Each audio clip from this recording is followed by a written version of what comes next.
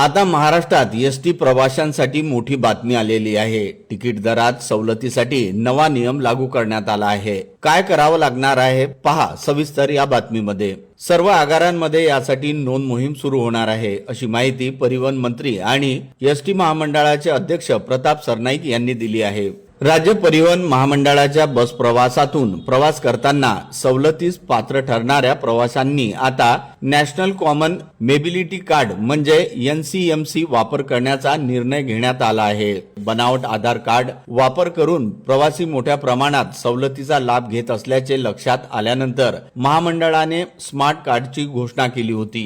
महामंडळाच्या सूचनेनुसार सवलत धारकांनी स्मार्ट कार्डसाठी सशुल्क नोंदणी केली। प्रत्यक्षात अनेक ठिकाणी या प्रकल्पाचा गोंधळ उडाला। पैसे भरूनही कार्ड न मिळणे, कार्ड मध्ये रिचार्ज न होणे, आरोग्य कार्ड येणे अशा तक्रारीमुळे हा प्रकल्पच बरगळा। आता स्मार्ट कार्ड ऐवजी NCMC कार्ड सवलत धारकांना खरेदी करावे लागणार आहे। ही केवळ तांत्रिक सुधारणा नसून प्रवाशांच्या विश्वासाला डिजिटल बळ देणारे पाऊल आहे। सवलतींची अचूक नोंद, पारदर्शक प्रतिपूर्ती आणि रोख विरहित व्यवहार या तीन गोष्टी कार्डद्वारे शक्य होणार आहे। प्रकल्पासाठी महामंडळाने ईबिक्स टेक्नॉलॉजी लिमिटेड आणि NSDL पेमेंटसह बँक यांच्याशी करार केला आहे। शालेय व तांत्रिक शिक्षण घेणाऱ्या विद्यार्थ्यांना त्यांच्या सरळ क्रमांशी जोडलेले कार्ड राहणार आहे। ज्येष्ठ नागरिक, महिला, अमृत 75 वर्षावरील ज्येष्ठ नागरिक, सर्वसाधारण ज्येष्ठ नागरिक आणि महिला प्रवाशांना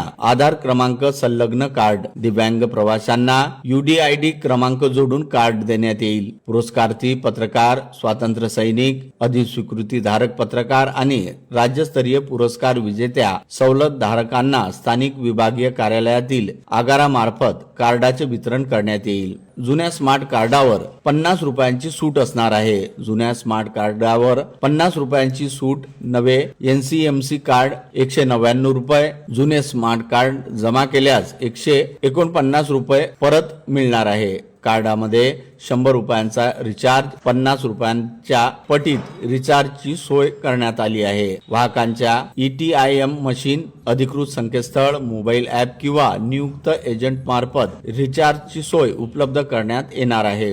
ज्येष्ठ नागरिक, महिलांच्या नोंदणीसाठी एसटी स्थानकावर 3000 एजंटची नियुक्तीही करण्यात येणार आहे। ब्युरो रिपोर्ट, मंडल न्यूज, अमरावती।